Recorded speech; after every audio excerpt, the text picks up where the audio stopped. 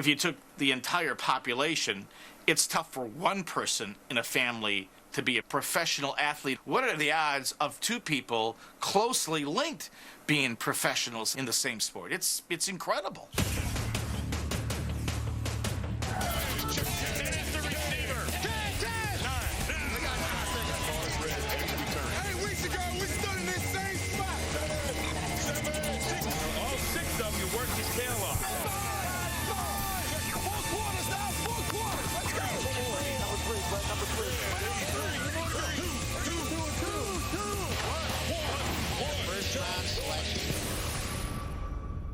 The NFL is pretty nepotastic. Yeah, it's based on I've seen less nepotism at Buckingham Palace. I've seen less nepotism at Maria Shriver's baby showers.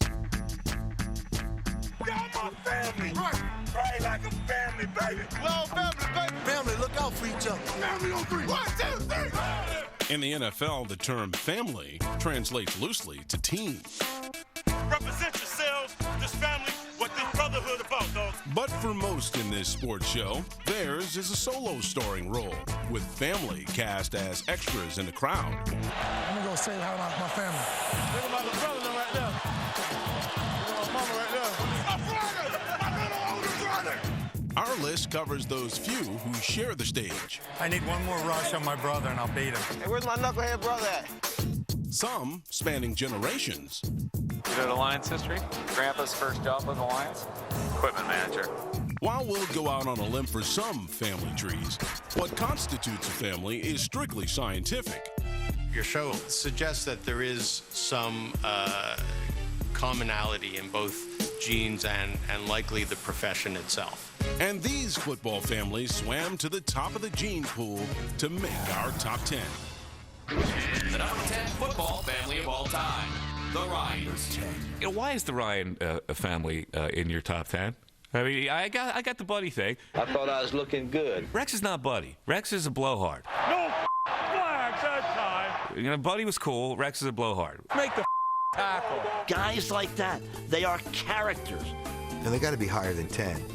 The Ryan family has defense in their blood. The 1985 Bears defense, okay, that was the best defense ever. He was just as important to football defensively as Bill Walsh was offensively. His defensive players loved him because that's all he cared about was defense. I don't want to take anything away from Jim McMahon in the offense, but we could probably done it without him. So where did family fit? Buddy Ryan was a football coach. Football coaches don't spend time with their family. But Buddy Ryan did understand family values. When's that? When you gonna have that baby now? Expected to me. They told me it's around 15 to 16. Some things are a lot more important than football, and that's one of them. So don't worry about football, all right? If it bothers you, say. I remember the Ryan boys when Buddy was coaching the Jets. They were young, I don't know, high school or something, and Buddy always used to shake his head and say, I don't know what we're going to do about them wild boys of mine. Those wild boys followed right in their father's footsteps. It's a great, experience for us, and hopefully we'll learn enough lessons so we can be successful in this business a long time. In 2006, the Ryan boys met as defensive coordinators of the Raiders and Ravens. Defense, baby. Family affair here in Baltimore today. Their dad's watching with real interest. It's going to be all day kicking ass. When you have a father figure like that, That's Buddy Ryan taking a swing at Kevin Gilbride. you either emulate that or you go totally opposite, I think. Yo, have fun. Damn, go get him. Hot dog, go get him, baby. I like coaches with mouths. I mean, they got big guts too, which is nice, but the mouth is the big thing. How about we just run it up there? The apple didn't fall far from the tree when it comes to brashness. I'm not intimidated by him or anybody else in this business. Rex Ryan is better at being brash than Buddy was at being brash. That's all we said. We were going to be the better team today. I don't know that Buddy ever said that we're going to win the Super Bowl. Buddy was a little crazy and a little crusty. Rex is a little crazy, but in a fun kind of way. And Rex has already exceeded dear old dad when it comes to playoff victories. I think he realizes more that offense is not just a necessary evil. Was that not Jet football, or was that not Jet football? His sons are much better coaches than Buddy was. I guess they're okay, but you know what? I believe if it wasn't for Buddy Ryan, they'd be baling hay at their farm. They got this farm, I guess, in Kentucky. How you doing? Oh, yeah, this is my baby. Moms might get all the love on NFL sidelines. Hi, Mom. I love you, Mama. What's up, Mom? But it's often dad's footsteps that football players follow. If it was something that he wanted to get into, that fruit doesn't fall far from the tree. Yeah, you know. The fruit fell on the defensive side of the field for Anthony Dorsett, even though his dad, Tony, made a career of carrying the ball. Other dads have delivered NFL duplicates like tight end Kellen Winslow Sr. and his son, tight end Kellen Winslow Jr. Touchdown, Winslow! Everybody looks up to their father, but I think it's doubly so if your dad's a football coach. Bum Phillips began schooling his son with the Oilers of the 70s. Wade Phillips went on to become the head man for the Broncos, Bills, and Cowboys. Great win! Speaking of wins, the Shulas own 366 of them, more than any other coaching family. But that's due to Don's 347 W's with the Dolphins, not David's 19 notches with the Bengals. I'm glad our football team won. I'm sorry for Dave and the fact that they didn't. While wins and losses tell the difference between the Shulas, distinguishing between the members of our next football family can sometimes get confusing. The number 9 football family of all time. 9. The Moras. They're two different guys. You know, people say Jim Mora Jr. Of course, he's not a junior. They have different middle names, so the initial is different. One way to get Jim Mora the younger to kind of glare at you if you use the term junior. You know, he doesn't like that. It's enough. It's absolutely enough. They don't seem similar on the surface, but then you always hear that they have the exact same kind of intensity. Keep fighting. You got it. How'd that feel, huh? Yeah. And I think it's an intensity that's rooted in just an all-out love for the game. It smells good, doesn't he? Nice fresh ball. Both are defensive coaches. Both are interesting guys. But I think Jim Mora Sr. was a little bit more outspoken than Jim Jr. That's pitiful. I mean, it's absolutely pitiful to perform like that. Pitiful. If he would have just come up there and been like, playoffs. You want to talk about the playoffs? Playoffs. Okay. Instead, he kind of ripped out this, like, scream. Playoffs? Playoffs? Don't talk about playoffs. You kidding me? Great moment, but it wasn't really it wasn't like his diddly poo in New Orleans. We couldn't do diddly poo offensively. We couldn't run the ball. We sucked.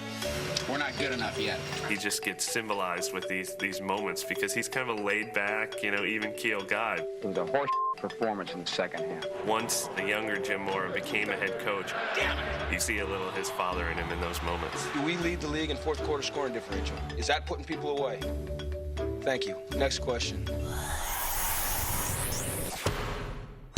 Our number 9 football family also displayed a family resemblance with their knack for reviving failing franchises.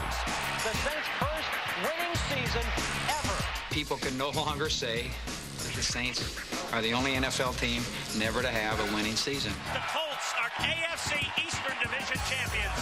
We needed discipline when Jim came in. He provided that. He brought the team together. Jim was super here. But Jim never reached the Super Bowl before retiring after the 2001 season. His son came one win short of the big game in his first year with the Falcons. Congratulations to these Falcons. That is a tremendous achievement. In 2009, Jim Mora will assume the top spot in Seattle. Code Red is dime dog, and it's still buck, load buck. The same city where his father got his NFL start as an assistant 30 years earlier. With the next generation of Moras already learning the ropes. Why are you wearing a black shirt on a hot day? I want the players to think I'm soft. It's fair to say that we may be seeing more of our number 9 football family in the future. The number 8 football family of all time, the Johnsons. Are you kidding me? Chad Johnson and Keyshawn Johnson make the list of football families just because they're supposedly cousins. Nobody can really confirm that. Maybe not, but there are some believers. Keyshawn Johnson and the Ocho Cinco are definitely related. You get that they're related, but I don't know if I'd call them a family. I got a hell of a reputation, don't I? You always count on me. I'm like life insurance. Y'all going home with another L. Y'all can't be talking about nothing. Double 85, that's it. They certainly have the similar personalities to be cousins. Hey, Brad, next time we call X-Pivot Cross, I'm going to try to keep coming a little more. I'm coming back cross, so just put it here. Brad! Come on, man. Keyshawn is Keyshawn. He'll tell you what he thinks, and he'll keep on telling you. That's why they want to talk to me. They try to distract me, because they know they can't cover me. They can't cover me. They can't cover me. I'm wide open. I'm always open. Uncoverable 85. Chad Johnson makes Keyshawn look like somewhat of a wallflower. We rolling now, Sean. Is there anything else I need to say? I do look forward to what Chad Johnson has to say every time he does open his mouth. Uh-oh. They're here for some material. How do you stop 85? This is a historical event. I ain't wearing no underwear today. I remember the Hall of Fame jacket, and I was like, he couldn't have had this made. I mean, that looked like tape on a giant sport coat. I can't believe we're considering them a football family. Keyshawn has had a very lucrative broadcasting career. Chad has had a very lucrative river dancing career. I mean, I just don't understand it. Keyshawn wrote a book called Throw Me the Damn Ball. Chad wrote a book called I'm Crazy. But are we crazy to include them on our list? Why compare two guys just because they have the same name? They started out as cousins. Cousin to the 15th degree or something. I do not think they are linked as a family at all. I don't think they're related. And Jake Laser, contrary to popular opinion, Chad and Keyshawn are not related? They are not. Everybody thinks they're cousins. It's even in the Cincinnati Bengals media guide. I talked to Keyshawn about it this morning, and I said, how are you guys related? He said, we're not. They're not related. Get them off this show. My cousin Chad told me. Sorry, Rich. They're staying at 8. If Chad Johnson and Keyshawn Johnson are football family, then Brangelina is a football family. With the first pick in the 2008 NFL Draft, the Miami Dolphins select Jake Long. St. Louis Rams select Chris Long. What are the odds the first 2 picks in the 2008 draft shared the same last name? Only one is the son of original NFL tough guy Howie Long, but simply having a shared surname won't get you on our list of top 10 football families. Take linebacker Sean Merriman and linebacker Sam Merriman. No relation. Kevin Falk and Marshall Falk? From the same state, not the same family. Ray and Jamal played together on the Ravens, but not in the backyard growing up. And Smith is the most common name in the country. But Emmett and Alex related? What do you think? And before LaDainian Tomlinson, there was 1950 Steeler Dick Tomlinson. Don't remember him? Don't worry, they're not related. Dick Tomlinson's ties to the Steel City lead us to our next family. The number 7 football family of all time, the Rooneys. I just paid $2,500 for a franchise, and I could have got a lot cheaper if I would have argued. Here is a man who has fashioned a career of making friends. There have been books written about him, and one guy called him the most perfect human being he'd ever known. He has never knowingly made an enemy. Just a basically good, decent man. He has always found something good in every person. He always put himself in a vulnerable position to favor you. This man is Arthur J. Rooney. Well, he wasn't always so beloved. The Steelers went 39 years without winning anything. Disgruntled fans searching for reasons as to why the Steelers remain in the wasteland of defeat blame the Prez. Why we haven't won, I haven't got the answer, because we die with losing. Art Rooney, Pittsburgh's patriarch of football, was also the father of 5 boys. When the second generation of Rooney started running the Steelers in the 60s, the fortunes of our number 7 football family finally began to turn. The Rooneys are the parents of 5 sons, and Dan, the eldest, is now the football club's general manager, working with Chuck Noll to build a winner. After talking with Dan, I came away with the feeling that they wanted to do what was right, and that was all they needed. Noll's notion of success was building through the draft, so Art, known affectionately as the Chief, appointed another Rooney to run Pittsburgh's personnel. My dad came up and he said, "You are in charge of the personnel department. You are in charge of finding the talent." The Steelers' talent search didn't take long. In 1969, Art Jr. targeted quarterback Terry Bradshaw. Oh, you're Mr. Rooney. 3 years later, he talked Noll out of drafting running back Robert Newhouse. Art Jr. liked Franco Harris. Chuck said, "Okay, you're the personnel man. You make the decision." That was a fateful decision, wasn't it?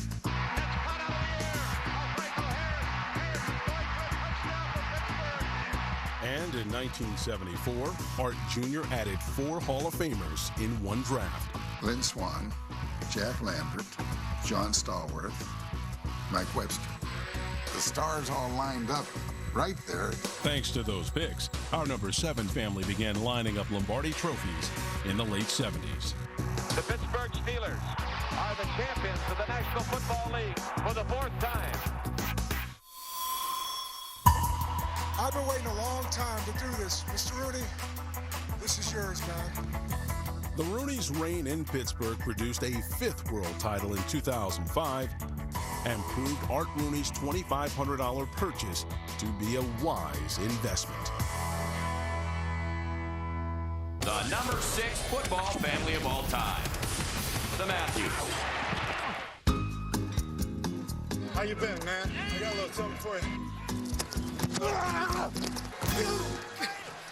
Hey, Dad. How you doing? Good to see you. Yes, our number 6 football family actually begins with the man in the middle.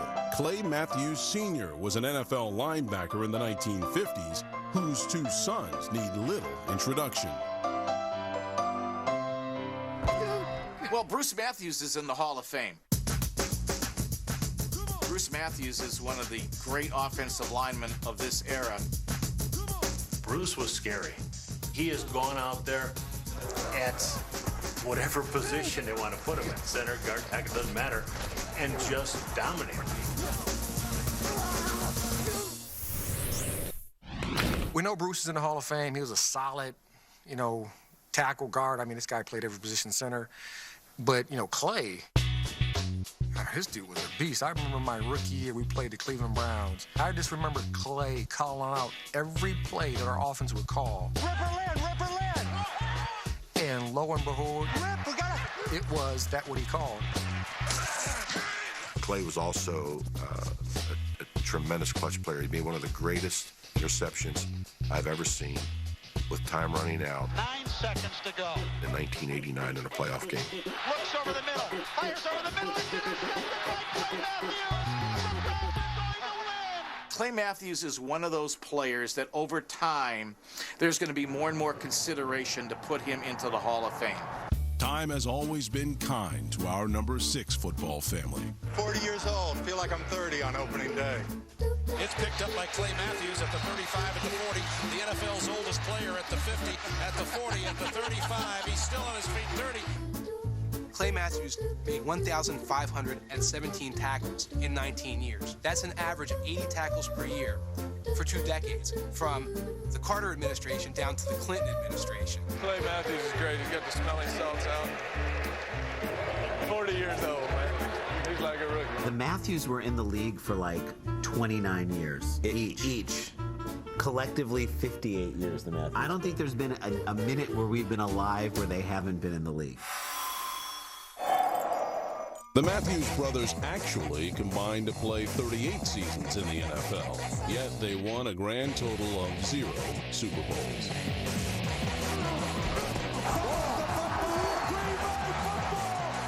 In 2010, the family curse was ended when Clay's son won a Super Bowl in just his 2nd season. as proud as I'm sure his uncle and father are of him, you got to imagine they're just a little bit jealous. This ain't no Disney. Now, 6 decades after his grandpa's rookie year, Clay is continuing to add to the family legacy. And now, the number 5 football family of all time, the Sharps. Sterling, who wouldn't talk to the media his entire career. And Sterling Sharp on a brand new NFL record, and what a job he has done. And his brother, who never met a camera he didn't like. Hey, baby, brother since NFL record, when y'all get a load of me? Definitely 2 different personalities, both on the field and off the field. Boys, high, we got a cool off. Ride, baby, ride. Kind of weird they came from the same mother. Our number 5 football family grew up playing sports in Glenville, Georgia. 3 years separated Sterling Sharp from younger sibling Shannon, who was determined to keep pace with his big brother. I remember telling my teacher when I was in high school, I said, I'm going to be famous. And I said, I'm going to have a doll in my likeness, and I'm going to send you one. Shannon did indeed land on store shelves. Unfortunately, his big brother's figure came out first. That is big time. That's just big time. And so continued a long-standing sibling rivalry. I'm the best, Sterling. I'm better than you are, you know it. Be truthful. Truthfully, both brothers were among the best ever at their positions. I'm the guy that goes through the middle, over the middle, and around the middle. Sterling Sharp just caught the ball at about the 10-yard line and would not give up. Sterling Sharp, people forget how great he was, but a devastating receiver, dominating. That was another Sterling performance.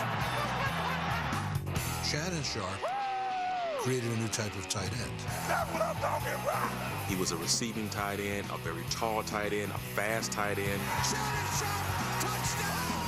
You put a linebacker on Shannon, if he had to run a route, You the weak link on the linebacker. you're going to have problems. Short drop over the middle. Sharp's got it. 20, went up the middle. Touchdown, Ravens. Not that fast, but don't tell anybody, okay? Hi there. See if we can get you guys excited today. Too sharp show today. Our number 5 football family doubles as the number 1 related receiving duo of all time. Shannon Sharp, touchdown. The Sharps caught more than 60 touchdowns each, combined for over 18,000 yards, and produced 13 Pro Bowls. You can look over the history of sports. I don't think you've ever had a combination like that. 2 kids from the same family. Wow. Houston, you owe me. You owe everybody in the city of Houston. But didn't you say Pac-Man Jones was going to get eaten? I love working with Shannon, but that man's got some opinions. Now, I know Sterling's got some opinions, too. What they're missing... They actually have a sister. They say she talks more than both of them. Never, ever, ever. So could you imagine what that dinner table must be like? The number 4 football family of all time, the Hasselbecks. Are we counting Elizabeth? Because that's the only way we're getting these guys into the top 10. I don't think that they need any help.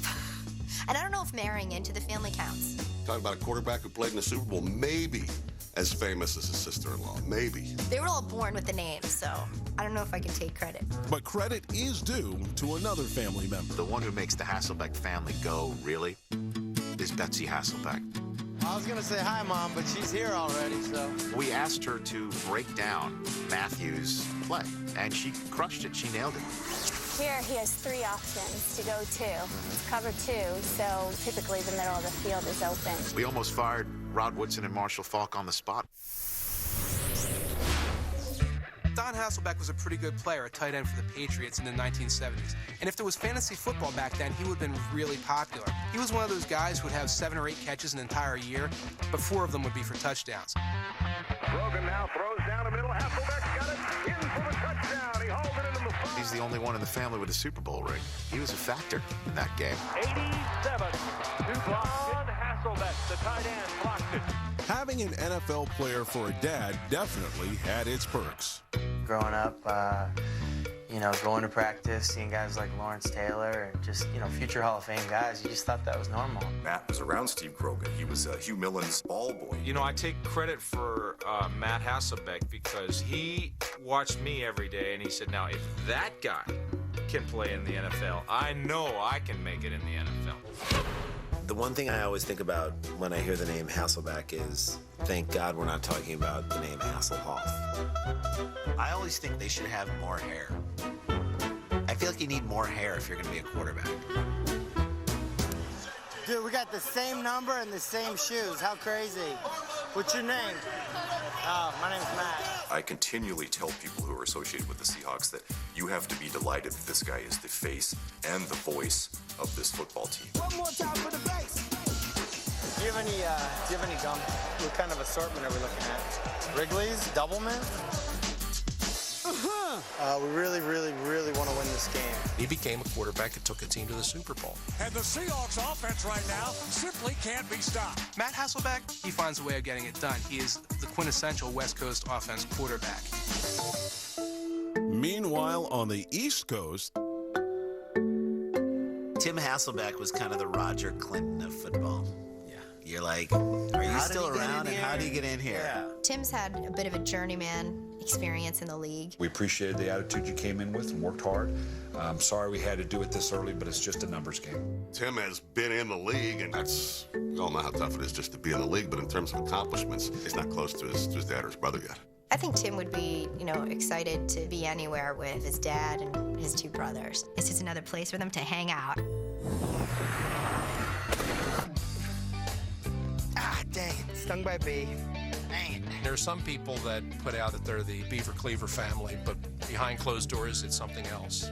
I get the feeling that the Hasselbecks are, at all times, what they appear to be. It's one of those families that the NFL, they need more people like the Hasselbecks involved with the game. There can be no higher challenge than to build a world in which all men are brothers. Look like brothers, don't we? We like brothers, you know. We all brothers. technically not everybody, though the NFL boasts quite a few. First-year return man Eddie Payton was once known only as the brother of Chicago's Walter Payton. Sorry, Eddie. Sweetness didn't happen for both siblings. Like many NFL brothers, lopsided success kept them off our list. 3-0 against the big brother. What a grab! Wow. Terrence will always be Torrey's little brother. I can't deny it. Lucky gonna fire in the end zone. Touchdown, Torrey Holt. The rocket was more explosive than the missile, and our South American siblings definitely weren't playing in the same hemisphere. One player got notoriety for being a really good kicker. His brother gets notoriety for jumping in the air and blowing out his ACL. Grammatico is dancing up in the air, and it looks like he hurt his knee.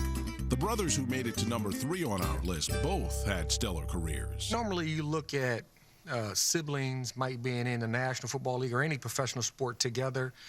It's never twins. The number 3 football family of all time, the Barbers.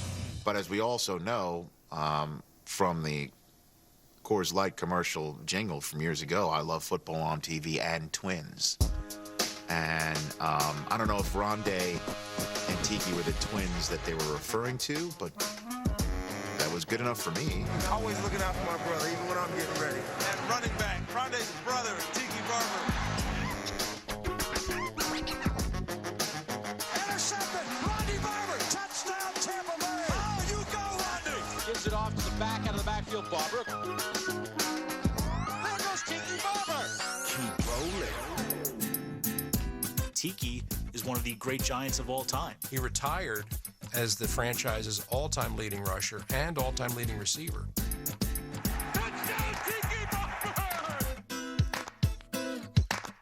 Tiki played the glamour position for a glamour franchise. Rondé's been toiling down here in Tampa.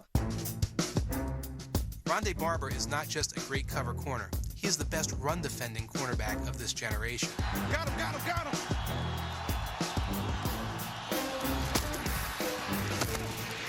I'm not sure there's any defensive player in his era that has probably made the splash plays that he's made. Rondé Barber scored 12 touchdowns as a Tampa Bay Buccaneer, including probably the most memorable one in team history. Great 2:27 to go. McNabb dropping. It's intercepted at the 10 to the 20. Goal, coast to coast. Randy Barber, a 95-yard interception return. Rope on my ass, baby. I'm going to San Diego. To have identical brothers grow up, play different positions, and both excel, very rare. I don't know when we're going to see that again. Twins are like a freak of nature. Identical twins share 100% of their DNA. They have exactly the same genetic composition.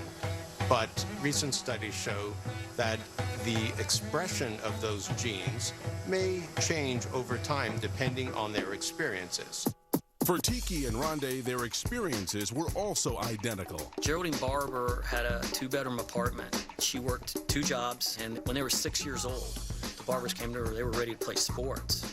And she says, okay, pick your sport. There's 2 of you, and there's 1 of me. You're going to play together. Our number 3 football family played together for 16 years, and then against each other in the NFL. Let's go, babe. Come on, babe. Hey, Tiki, it's Mom. I'm very, very proud of you, babes, and I'm happy for you. Since you got 2-1. Hey, Rondé, this is Mom.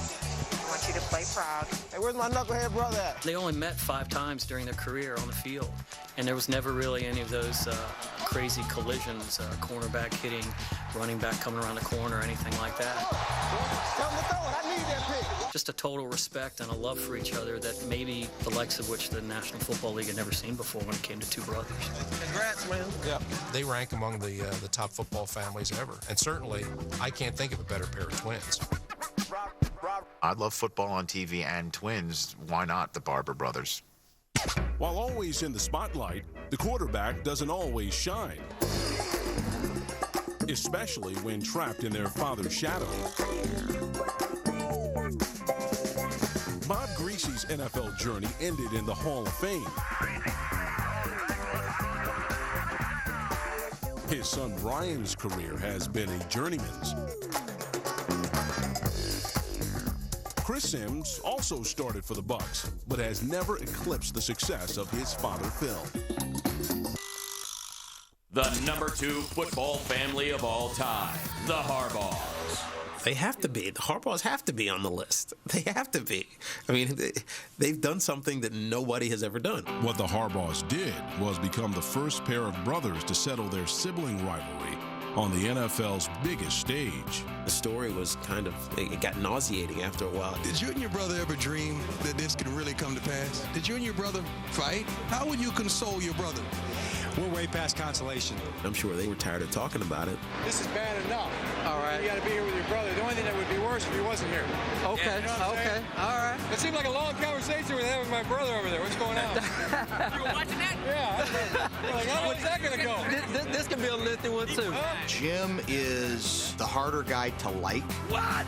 He doesn't care if you like him. Come on! You can't argue with the results at this point. That's the best defensive performance I've ever seen!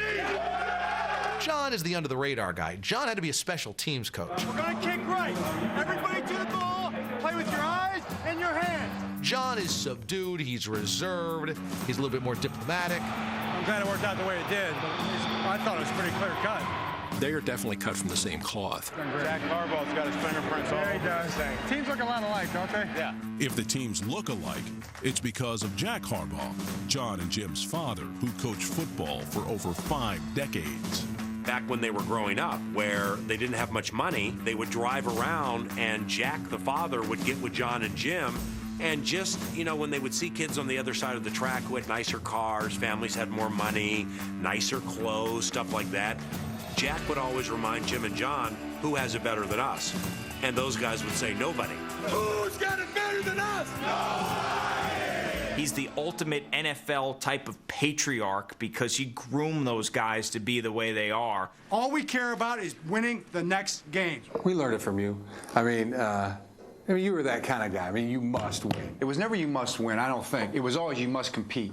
You must compete. You go down, you get your ass kicked here, then I know you stink and you can't play special teams for us. This is all competitive. Like in 4th grade, the gym teacher, great guy. He told Dad, and Mom that he had this kid in gym, and he was in the class, and he was just a little too competitive. It was too important for him to win the game in gym, and maybe that was a character flaw, and maybe that's something that the parents should work on with him. And you mentioned to him that, what'd you say? How'd you say? I say, if you ever drive that out of him, I'm going to chase you down to the end of the world.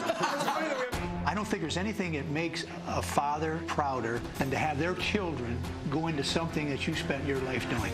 How fitting that the final snap of the first Super Har Bowl ended on a special teams play for the former special teams coach. It is tackled.